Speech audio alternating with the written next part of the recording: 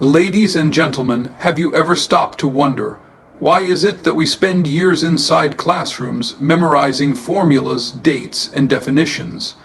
Yet when we finally step into the real world, so many of us feel unprepared. Why is it that schools teach us how to pass exams, but not how to face life? Why do they prepare us to make a living, but not to build a life? And the question that burns inside me, the question that refuses to be silenced, is this: why don't they teach this in every school? Every day, millions of students walk into classrooms, sit at their desks, and open their textbooks. They are told that education is the key to success, that grades determine their future, and that memorizing information will unlock the doors of opportunity. But let me ask you this: why don't they teach the things that truly matter in every school? Why don't they teach young people how to manage their emotions when life gets tough? Why don't they show students how to handle failure, not as the end, but as a stepping stone? Why don't they prepare them for challenges that can't be solved with a formula or found in a textbook? Schools often emphasize what to think, but rarely teach us how to think. They reward answers but neglect curiosity. They focus on competition but overlook collaboration. They drill us on equations and dates, but skip over lessons on kindness, resilience, and courage. Imagine if every student learned how to manage money before they graduated. Imagine if they understood discipline, goal setting, and the power of building habits. Imagine if they were trained to be leaders, to communicate with confidence, to think critically, and to solve real-world problems. Education should not just prepare us for exams, it should prepare us for life. It should equip us not only to earn a living, but to build a life worth living. So I ask again, why don't they teach this in every school? The answer is not just about institutions, it's about us. It's about demanding change, about redefining education, and about refusing to settle for a system that leaves so many unprepared for reality. If schools can give us knowledge, let us make sure they also give us wisdom. If they can prepare us for careers, let us ensure they also prepare us for life. Because the greatest lessons are not the ones that help you pass a test, but the ones that help you pass through life, with strength, with courage, and with purpose. Why is it that when we walk into a classroom, the very first thing we are taught to value is the grade? From the time we are children, we are told to chase letters on a report card. Day B, C. Like they define our worth. We are told that our future depends on percentages, that our intelligence can be measured by a score written in red ink at the top of a paper. And slowly, without even realizing it, students begin to believe that their identity is tied to numbers, that their value is defined by how well they can memorize facts the night before an exam. But here's the truth: life does not grade you with an O or an F. Life tests you with heartbreak, with rejection, with opportunities disguised as challenges. And when those moments come, it will not matter how well you solved equations in school, it will matter how well you solve problems in reality. Think about it. A student can graduate at the top of their class, yet not know how to handle stress, not know how to communicate their ideas, not know how to make decisions when uncertainty strikes. They may leave school with honors, but without direction. They may have a degree in their hand, but no idea how to deal with failure when the first job application is rejected, or how to manage money when the first paycheck arrives, or how to stand back up when life pushes them down. This is the tragedy of a system that focuses more on results than on growth. Students are trained to chase grades instead of wisdom, to fear failure instead of learning from it, to compete with others instead of developing themselves. And yet, what good is a perfect grade if you don't know how to navigate imperfect circumstances? What use is a diploma if you lack the courage to take risks, the resilience to keep moving, the wisdom to know what truly matters? And so we must ask ourselves, is education truly education if it leaves students unprepared for the realities of life?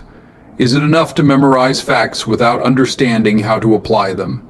Is it enough to pass tests if we fail to live fully, bravely, wisely? The world outside the classroom is not structured like an exam. There are no neat boxes to tick, no guaranteed multiple choice answers. Instead, there are choices that shape your destiny, struggles that test your character, opportunities that demand courage. And in those moments, the lessons that were never taught in school become the most important of all. Real education should prepare us for the real world, but too often it doesn't. The truth is, most classrooms are designed to prepare students for exams, not for life. They teach formulas, theories, and historical dates, but rarely do they equip young people with the skills, the mindset, and the resilience that the real world demands. And when students finally step outside the walls of school, they are met with a reality they were never trained to face. The real world does not hand out textbooks with highlighted answers. It doesn't give you weeks to prepare before it asks you a question.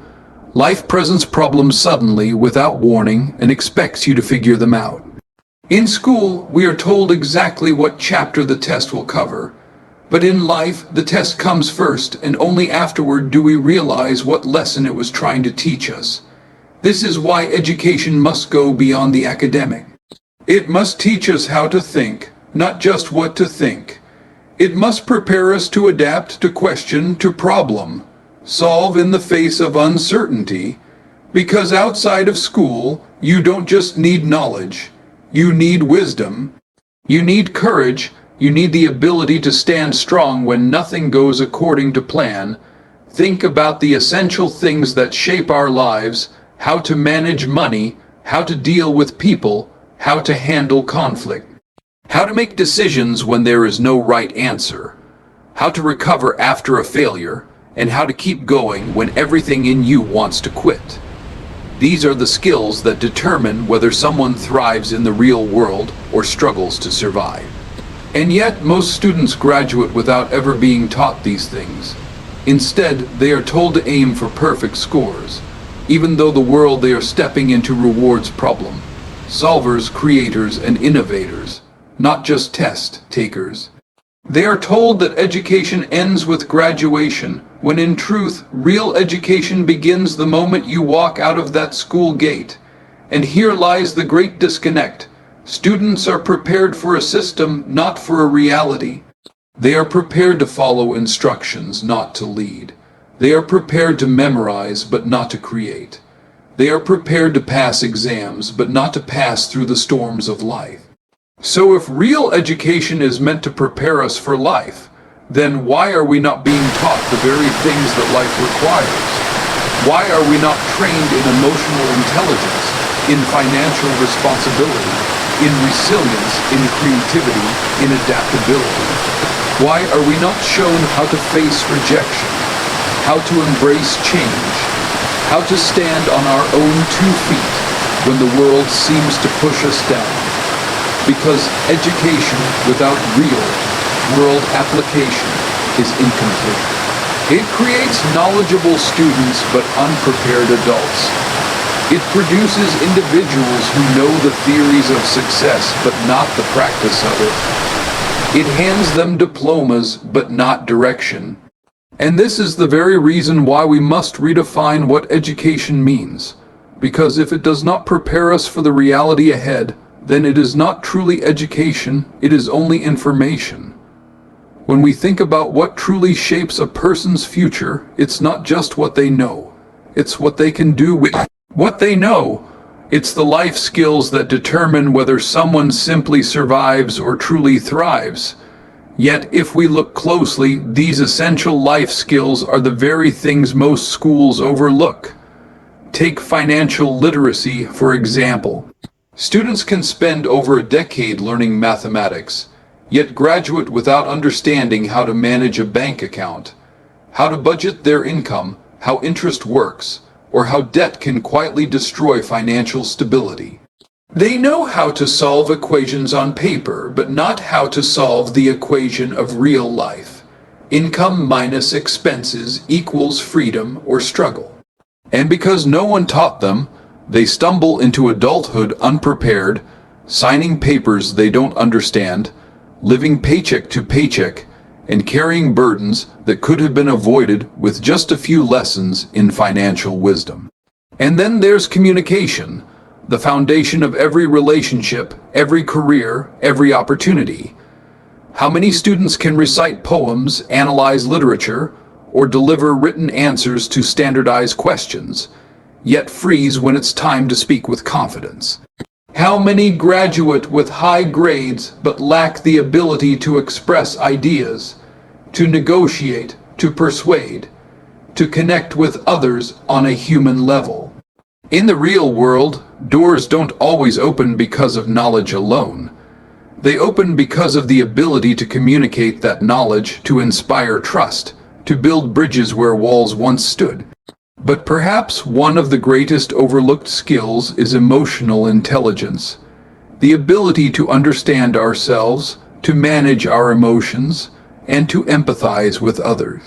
We live in a world where stress is constant, where rejection is inevitable, where relationships can either lift us up or tear us apart. And yet, emotional intelligence is rarely taught in schools. Students are trained to compete but not to connect. They are told to achieve but not to reflect. They are measured by how quickly they can answer questions, not by how wisely they can navigate feelings, their own and those of others. Imagine if students were taught how to handle failure without breaking, how to listen without judgment, how to manage anger, anxiety, or stress before it controls them. Imagine if they learned not just equations, but empathy, not just science, but self-control, not just grammar, but gratitude. These are the skills that shape leaders, innovators, parents, partners, and human beings who can face life with balance and strength. Because the truth is, knowledge without life skills is like having tools without knowing how to use them. You can have the sharpest mind in the room, but if you lack the emotional intelligence to handle people, the communication to share your vision, or the financial wisdom to manage your resources, you will struggle. These skills are not luxuries, they are necessities. They are not optional, they are essential, and yet they are pushed aside as if they are secondary to the lessons printed in textbooks. But what is the value of an education that teaches you the square root of numbers, but not the root of your emotions? What is the worth of a system that trains you to write essays, but not to write the story of your own life with clarity and purpose? What is the point of learning history if you cannot manage your own present or build your own future? And so, when schools ignore these vital skills, they leave a gap that too many people discover only after it's too late, only after they are already struggling in relationships, in finances, in self-understanding. This gap creates adults who are academically qualified but practically unprepared, intelligent yet insecure, educated yet lost. And that is why the call for true education must include these life skills, because without them, knowledge remains incomplete and success remains out of reach. Failure is one of the most certain experiences in life, yet it is one of the least understood, least taught, and least embraced. In schools, failure is treated like a stain, like a mark of shame that must be avoided at all costs. A failed exam, a low grade, a mistake on an assignment. These things are treated as proof of weakness rather than opportunities for growth. Students are conditioned to fear failure instead of learning from it. They are trained to hide mistakes instead of analyzing them, and this fear follows them long after they leave the classroom. But what is life if not a series of failures that shape us into who we are meant to be? The most successful people in the world did not reach greatness by avoiding failure. They reached it by embracing it, by learning from it, by refusing to let it define them. And yet, students graduate knowing how to memorize formulas but not how to recover when their plans collapse. They know how to follow instructions but not how to rebuild when things fall apart. They know how to calculate answers on paper, but not how to calculate their next move when life knocks them down. Resilience is not taught in textbooks, yet it is the single most important quality every human being needs. Because the truth is, life will not always go as planned. Dreams will be delayed, relationships will break, opportunities will be lost, and setbacks will come without warning. And in those moments, what matters most is not whether you once scored a perfect grade in school, but whether you have the resilience to stand up again, to adapt, to fight back stronger than before. Imagine a world where students were trained to see failure not as the end, but as the beginning. Where every mistake was treated as a lesson, where every setback became a stepping stone, where students weren't just told to avoid failure, but were equipped to face it head on, to learn its lessons, and to rise higher because of it. Such an education would not only produce smarter students, it would produce stronger human beings, because resilience is more than just not giving up. Resilience is the ability to bend without breaking, to adapt without losing yourself, to stand when everything around you tries to push you down. It is the ability to look at failure and say, "You will not define me, you will refine me." And this, sadly, is the very lesson schools rarely teach. Instead of preparing students for a world filled with rejection, challenges, and setbacks, they prepare them for an illusion, a world where perfection is rewarded and mistakes are punished. But that is not reality. Reality rewards the resilient, the ones who take no and turn it into next, the ones who fall down 7 times and rise 8, the ones who don't crumble under the weight of failure, but use it as fuel to climb higher. And if schools truly want to prepare students for life, they must teach not just how to succeed, but how to fail well, how to fail forward, how to fail with wisdom, courage, and the determination to keep going no matter what. One of the greatest ironies of education is that schools spend years training students to memorize information that can now be found in seconds on a smartphone. Dates, definitions, formulas, all crammed into the mind, repeated on exams, and then forgotten as quickly as they were learned. Memorization may get you a passing grade, but it will not prepare you for a world where problems rarely come with pre-written answers. The real currency of the future is not memory, it is critical thinking. It is the ability to look at a problem from different angles, to ask the right questions, to challenge assumptions, to find solutions that are not written in any book. Life does not ask you to recall definitions.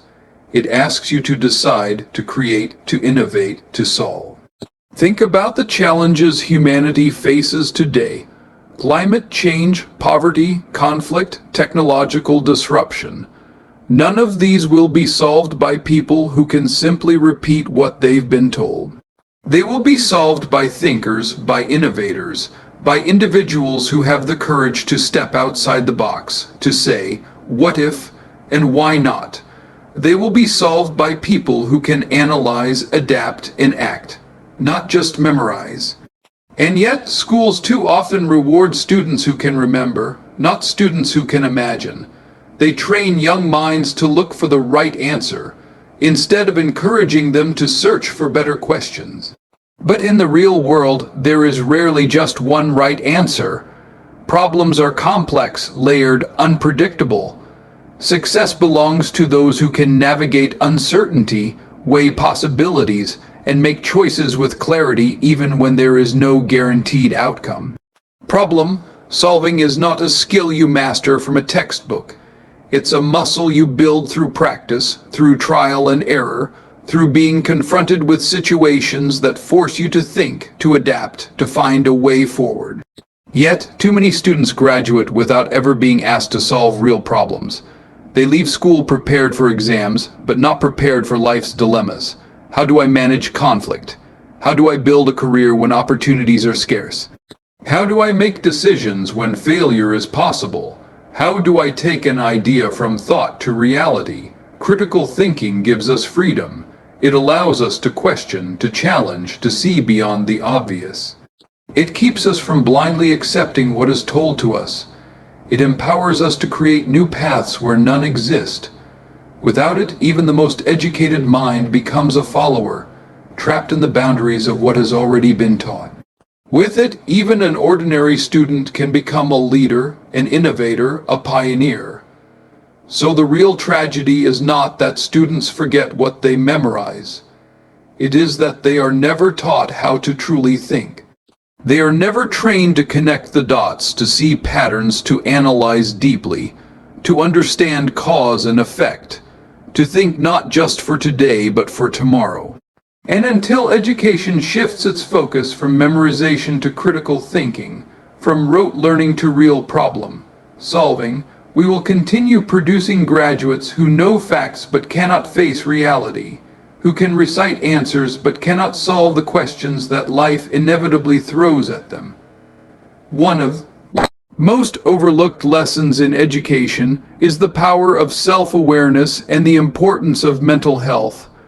Schools teach us to solve equations, to memorize facts, to recite answers, but they rarely teach us how to understand ourselves.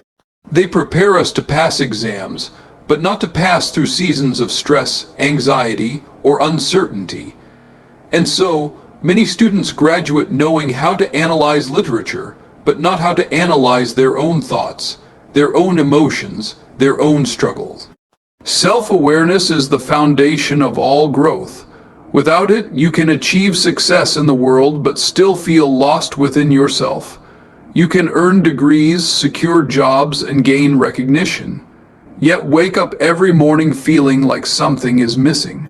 Why? Because you were never taught to look inward, to ask the deeper questions: who am I? What drives me? What are my strengths? What are my weaknesses? What truly matters to me? And mental health, how rarely it is spoken of in classroom. Students are pushed to compete, to perform, to deliver results, often at the expense of their well-being. They are told to push harder, to stay up later, to chase perfection, but not taught how to cope with stress, how to manage pressure, how to seek help when the weight feels unbearable. The system teaches us how to chase goals, but not how to protect our minds and hearts along the way. Yet, what good is success if it costs you your peace? What good is achievement if inside you are drowning in silence, smiling on the outside but breaking on the inside? True education should teach students that mental health is not weakness, it is strength, that taking care of your mind is as essential as taking care of your body, that asking for help is not a sign of failure but a sign of wisdom. Imagine if schools created safe spaces where students could learn not just formulas, but mindfulness, not just grammar, but gratitude, not just science, but self-reflection. Imagine if they taught breathing techniques for stress, journaling for clarity, empathy for connection, and resilience for setbacks. Imagine if every student left school not only with knowledge, but with emotional tools to face life with confidence, balance, and calm. Because without self-awareness, you move blindly. Without mental health, you collapse under the weight of pressure. But with both, you gain clarity, you find direction, you discover balance, and you build strength that no exam grade can measure. This is why true education must include lessons of the heart and the mind, not just the textbooks. Because the greatest battles students will fight are not always in classrooms. They are in their own minds, their own emotions, their own identities. And if schools truly want to prepare us for life, they must equip us with the ability to understand ourselves deeply, to care for our mental well-being consistently, and to rise with strength when life inevitably tests us. If there is one lesson that every human being needs but almost no classroom teaches, it is the lesson of empathy, kindness, and genuine human connection. We are taught to compete, to get ahead, to chase grades and achievements, but rarely are we taught to pause and understand the person sitting next to us. Schools prepare us for the race of success, but not for the relationships that will determine whether that success even feels meaningful. Empathy is the ability to step into someone else's shoes, to see the world through their eyes, to feel their struggles as if they were your own. Yet in most classrooms, students are trained to think about themselves, their scores, their ranks, their future, while the value of understanding others is left in the shadows. We forget that no matter how smart you are, no matter how talented or ambitious, you will always live in a world filled with people. And if you cannot connect with them, you will always feel isolated, no matter how high you climb. Kindness, too, is often underestimated. In a world where competition is glorified, kindness is treated as a weakness, as if helping someone else means falling behind. But in truth, kindness is one of the greatest strengths. It builds bridges where walls once stood. It turns strangers into allies. It creates opportunities that no degree, no grade, no award could ever buy. A kind word can change a life. A small act of generosity can ignite hope in someone who is ready to give up. And then there is human connection, the invisible thread that binds us all. We spend years learning about history, science, technology, but very little time learning how to connect with one another in meaningful ways. We are not taught how to listen, how to communicate with compassion, how to resolve conflict with understanding. We are not shown that connection is not just about talking, but about truly hearing, truly caring, truly being present with another soul. Imagine if schools placed as much emphasis on empathy as they do on mathematics. Imagine if kindness was graded higher than memorization. Imagine if students were not just pushed to compete, but encouraged to collaborate, to lift each other up, to see each other as partners in growth rather than rivals in a race. The world outside of school does not reward you simply for what you know. It rewards you for how well you can work with others, how well you can build trust, how well you can create relationships that matter. Because at the end of the day, success without empathy is empty. Knowledge without kindness is dangerous. Achievement without connection is lonely. The greatest victories in life are not the ones you achieve alone, but the ones you share with others. And this is why true education must teach not just how to build a career, but how to build character. Not just how to make a living, but how to make a difference. Not just how to win, but how to care. And until schools embrace this truth, students will continue to graduate with full minds but empty hearts, capable of solving equations, yet incapable of solving conflicts, skilled in academics, yet unskilled in humanity. But when empathy, kindness, and connection are taught as essential as reading and writing, then we will finally raise a generation not only of intelligent thinkers, but of compassionate leaders. One of the greatest paradoxes of education is that we spend years studying numbers in classrooms, but almost no time learning about the numbers that will decide the quality of our lives. Money. Students can solve complex equations, calculate the speed of a falling object, or write essays on economic theory, yet leave school without knowing how to manage a paycheck, how to budget for the future, or how to make their money work for them instead of against them. The truth is, money touches almost every part of our existence. It influences the opportunities we pursue, the choices we make, the stress we carry, and the freedom we feel. And yet, it is treated like a taboo subject in classrooms, as if financial literacy is something that can be figured out later, as if it's not urgent, not essential. But look at the world. How many people are drowning in debt because they never learned how credit works? How many are trapped in jobs they hate because they don't know how to build financial security?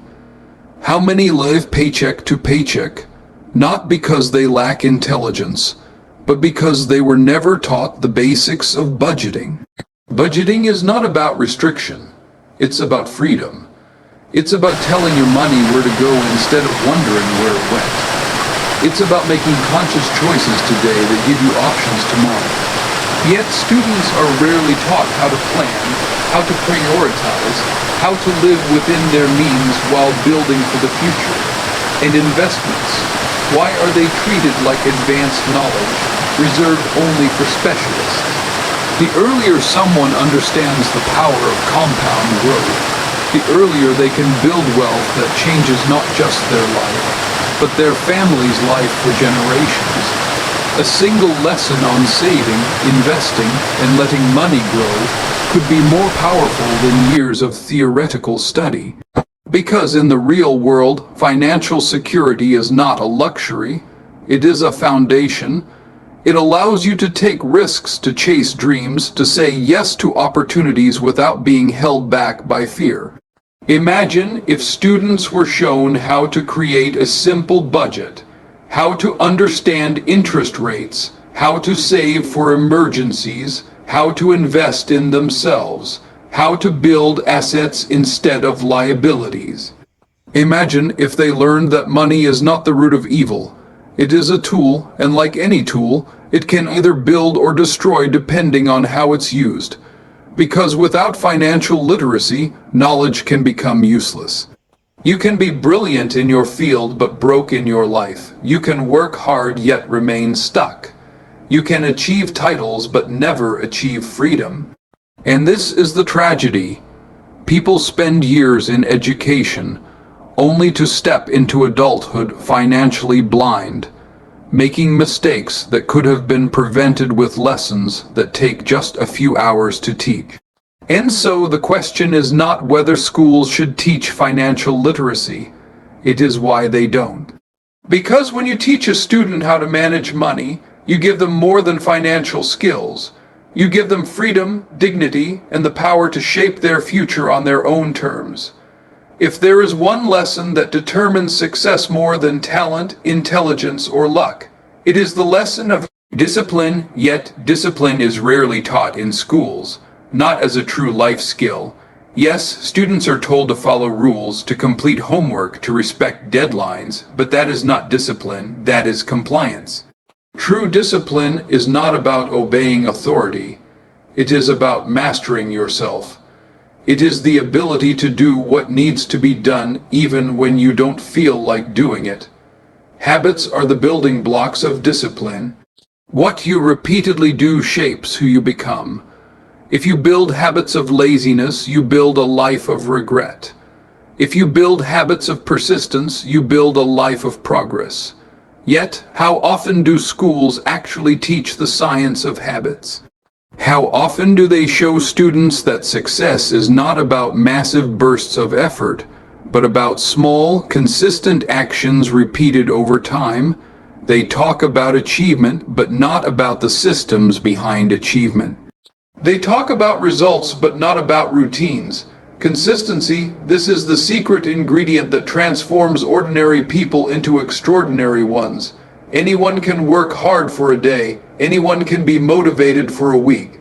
But the people who rise to greatness are the ones who stay committed month after month, year after year, long after the excitement fades, and this truth is missing in most classrooms.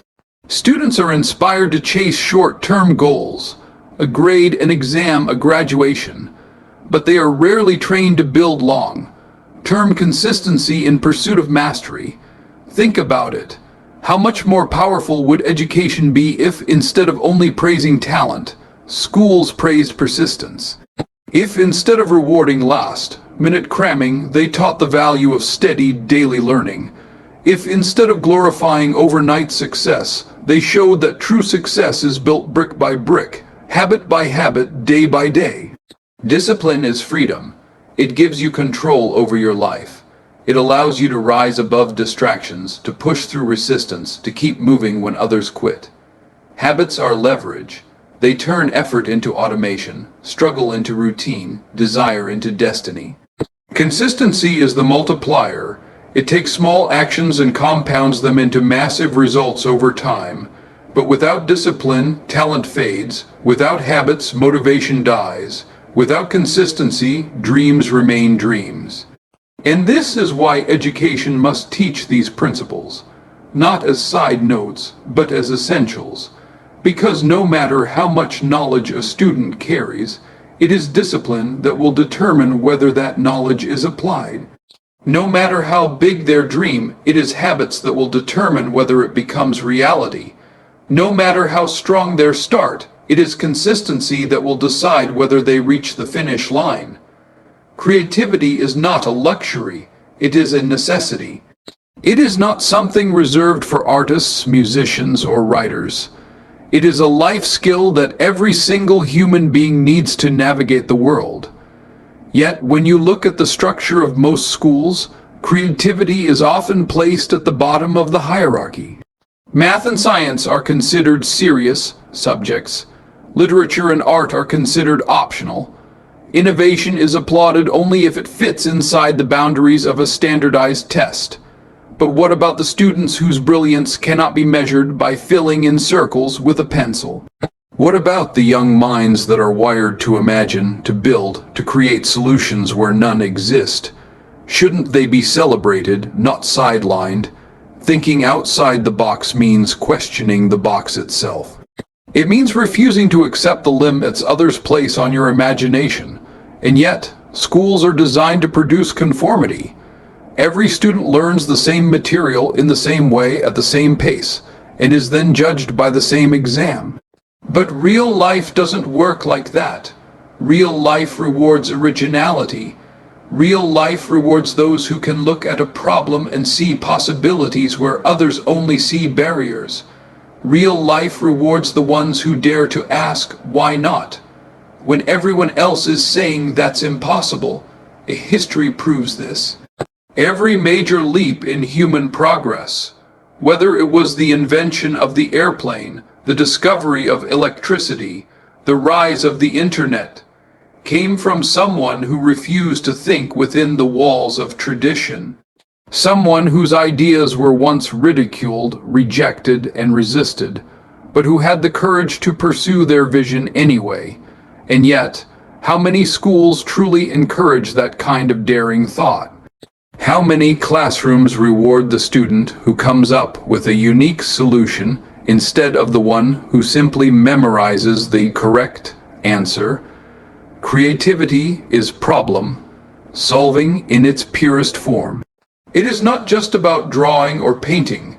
It is about finding new ways to connect ideas, to approach challenges, to adapt in a world that is changing faster than ever before. And the irony is this: in the future, creativity will not be optional. With artificial intelligence, automation, and technology taking over repetitive tasks, the one thing machines cannot replace is the human ability to imagine the unseen, to innovate, to dream beyond the data. So why don't we teach this in every school as the core of education, instead of as an afterthought? Imagine classrooms where students are not afraid to make mistakes because mistakes are seen as the birthplace of invention. Imagine teachers who don't just ask students to memorize facts, but challenge them to question why those facts exist in the first place. Imagine a system where creativity is not punished for being different, but celebrated for being daring. What kind of world would we build if schools taught children not only how to follow rules, but also how to rewrite them when necessary? Because creativity is not just painting on a canvas, it's painting a new future. It's not just writing a story, it's rewriting the story of your life. It's not just about thinking differently, it's about living differently, solving differently, and building differently. And when creativity is combined with discipline, habits, and consistency, it becomes unstoppable. That is when ideas turn into inventions, visions turn into revolutions, and dreams turn into legacies. Money is one of the most powerful forces shaping our lives, yet it is one of the least understood subjects in the classroom. From a young age, students are taught algebra, trigonometry, and complex equations they may never use again. But they are rarely taught how to budget, how to save, how to invest, or how to manage debt. Isn't it strange that schools prepare students for careers, but not for the financial realities that come with those careers? How can we expect young adults to thrive in a world where every decision, where to live, what to eat, how to support a family, requires financial knowledge, yet they graduate without even the basics? Financial literacy is not about becoming a millionaire overnight. It is about understanding how money works so that money doesn't control you.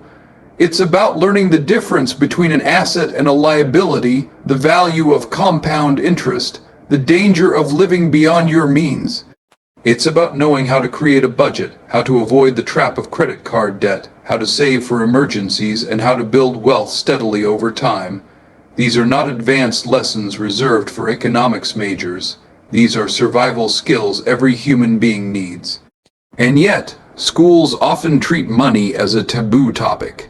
They prepare students for jobs, but not for the paycheck that comes with them.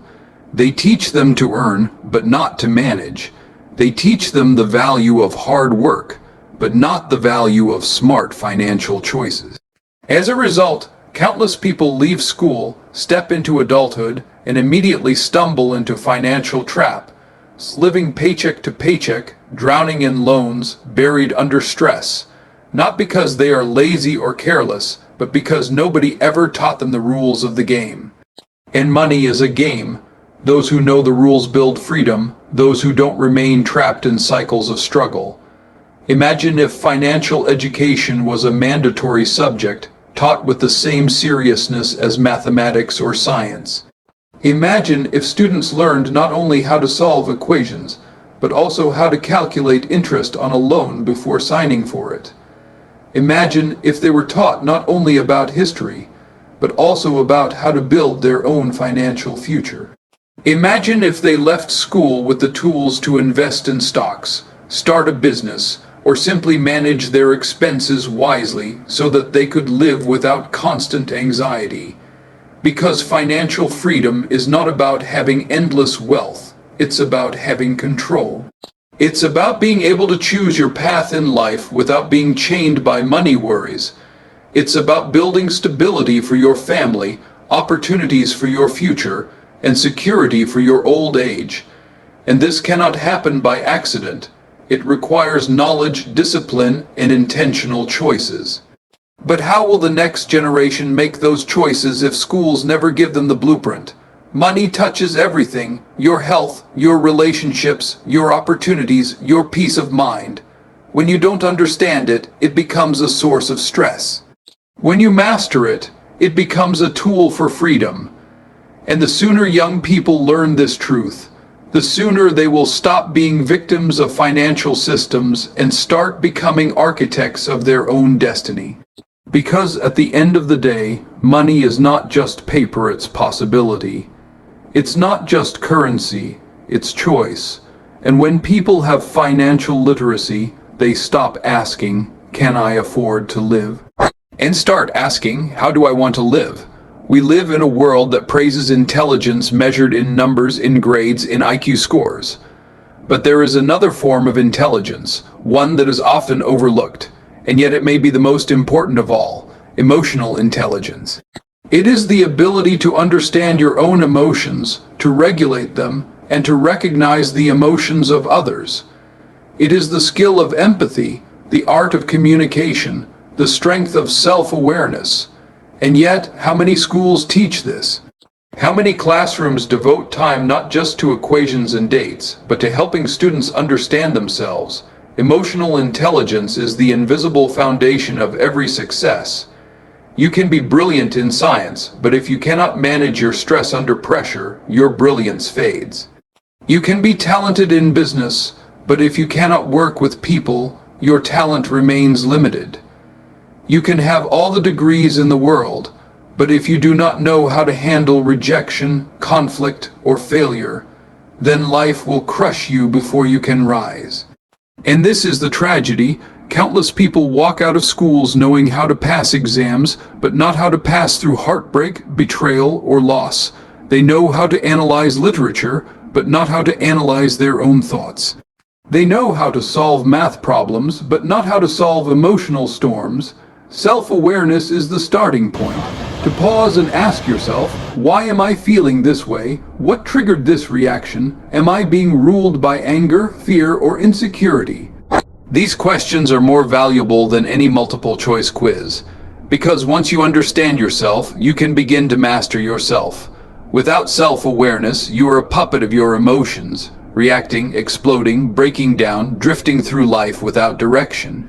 With self-awareness, you become the driver of your emotions. You choose your response, you create balance, you build resilience. And then comes empathy.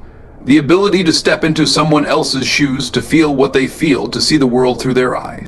Imagine if schools taught this skill as seriously as they teach grammar or geography. Imagine classrooms where students are not only graded on their test scores, but also on their ability to listen, to support, to uplift. What kind of world would we have if young people were trained not just to compete, but to connect? The truth is, emotional intelligence is not soft. It is strong. It is not weakness. It is wisdom. It is the hidden force that keeps marriages strong, friendships alive, businesses thriving, and leaders trusted. In fact, some of the greatest leaders in history were not the ones with the highest IQ, but the ones who knew how to inspire, to heal, to bring people together through understanding. And isn't that what the world needs now more than ever? Think about it. What good is it to produce a generation of students who can build rockets if they cannot build relationships? What use is it to create technological geniuses who cannot manage their own anxiety or treat others with compassion?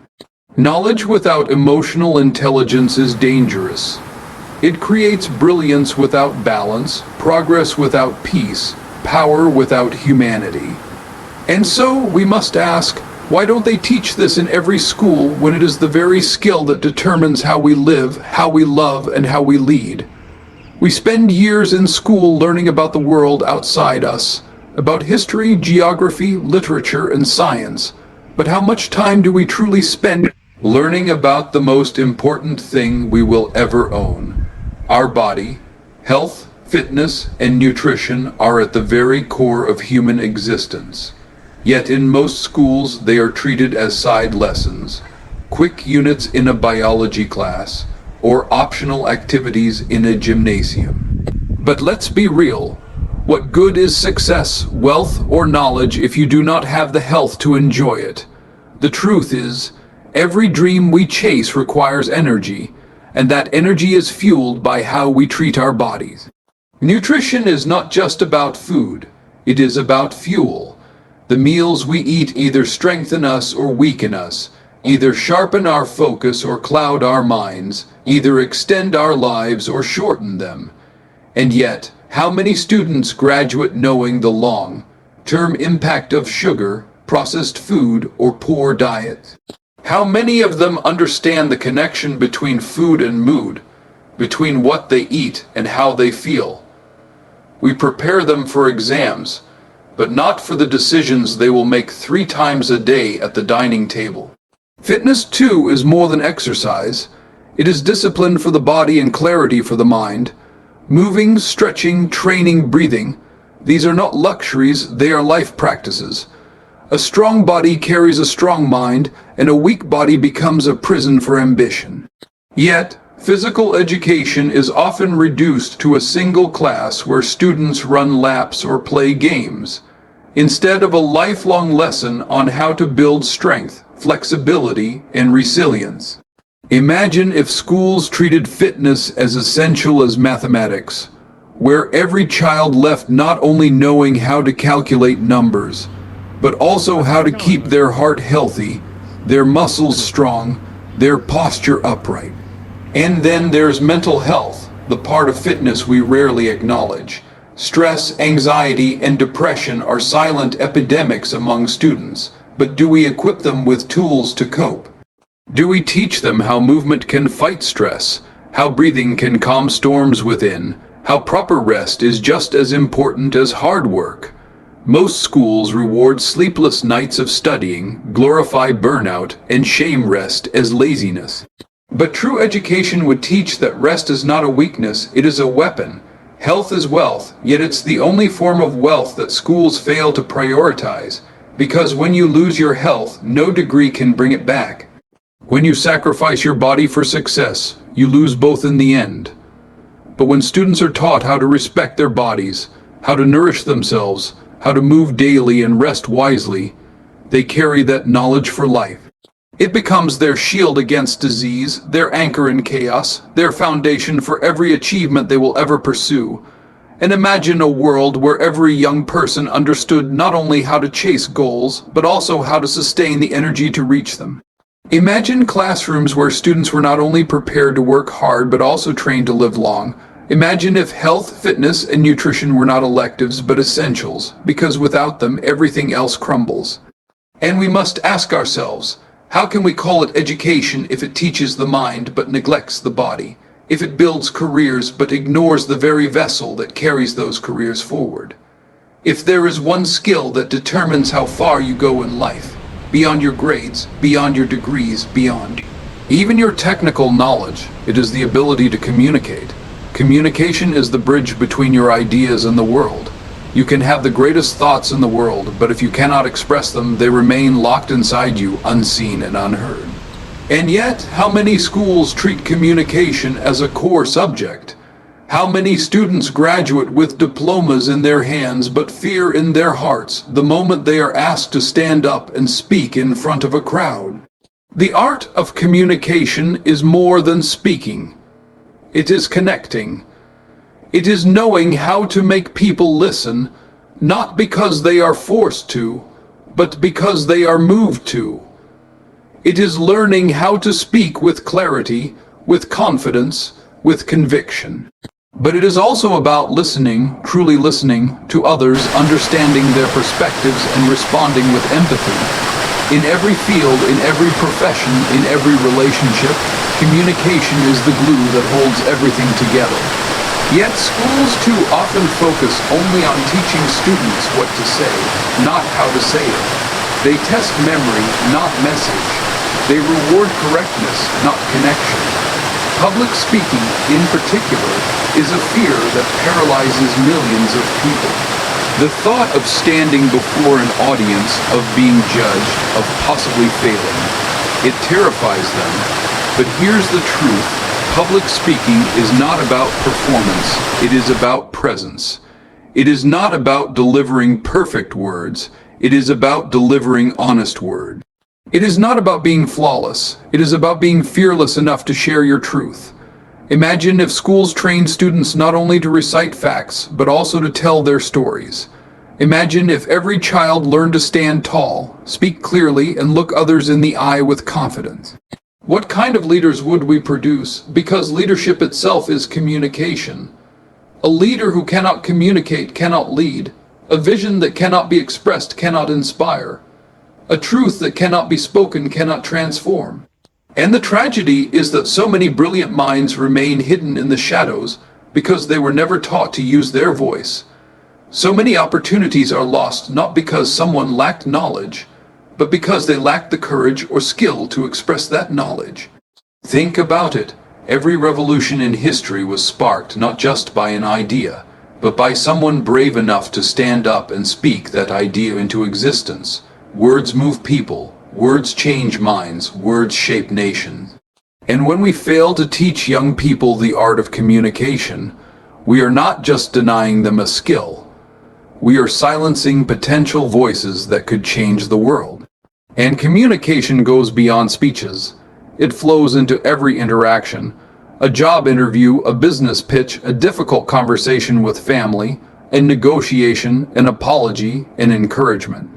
Life is a series of conversations, and the quality of those conversations determines the quality of our lives. Yet, most schools never make this a priority. They give students knowledge, but not the voice to share it. They give them lessons, but not the confidence to teach others what they have learned.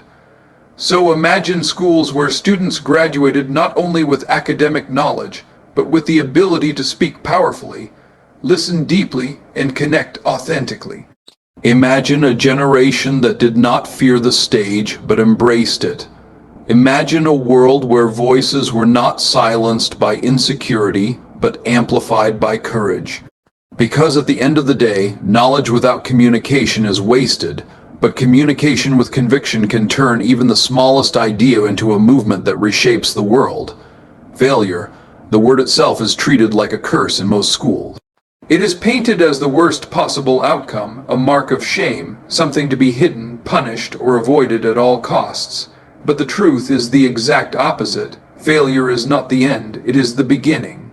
Failure is not weakness, it is wisdom. Every success story you admire is built on a mountain of failures. Yet how often do schools teach that truth?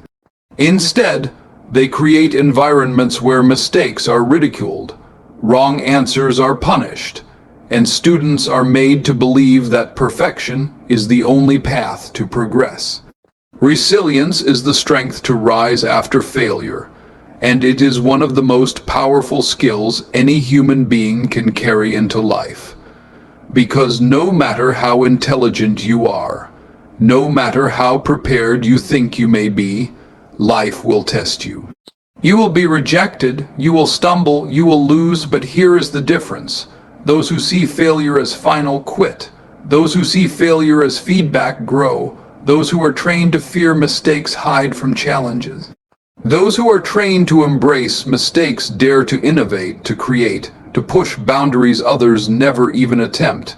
And yet, imagine how different education would be if failure was not demonized but celebrated as proof of courage.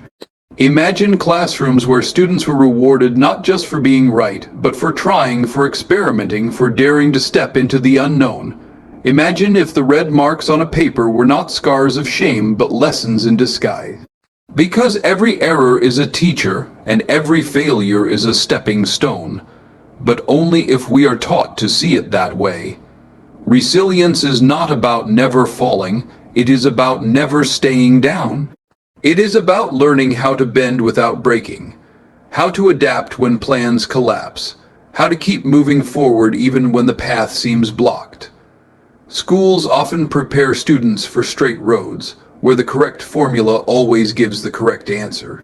But life is not a straight road. It is full of detours, dead ends, and storms. And in those moments, it will not be the memorized formulas that save you, but the resilience to try again, to pivot, to rebuild when everything seems lost.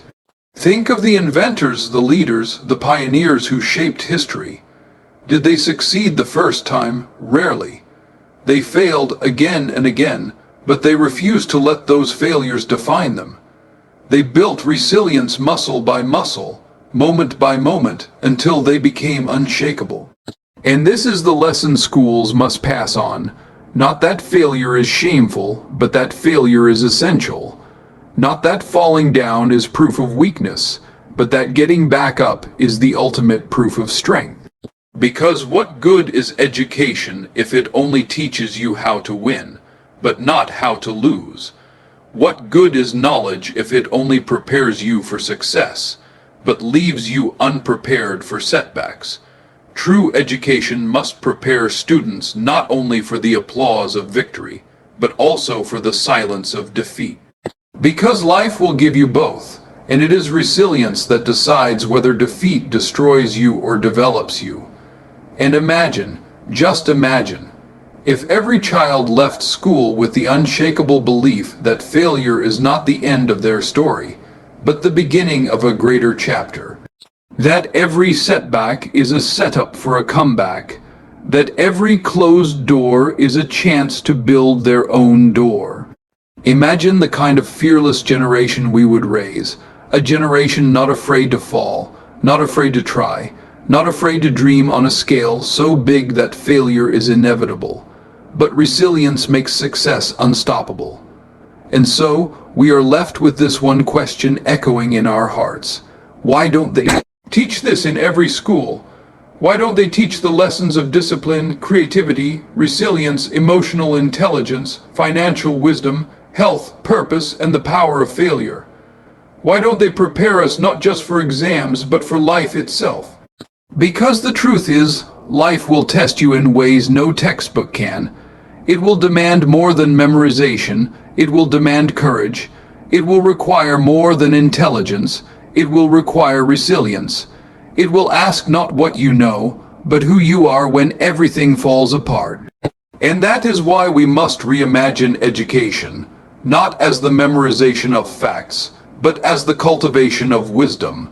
Imagine a generation raised not to fear failure, but to embrace it. Imagine schools where creativity is not silenced but celebrated, where health is not neglected but nurtured, where money is not a mystery but a tool, where voices are not suppressed but empowered. Imagine students leaving classrooms not just with certificates but with confidence, not just with knowledge but with wisdom, not just prepared for a career but prepared for life. That is the education the world is waiting for. That is the education every child deserves. And until the day it is taught in every school, it is up to us to learn it, to live it, and to pass it on. Because in the end, the greatest lessons are not found in the pages of a textbook, but in the way we choose to rise, to grow, to dream, and to never stop becoming more.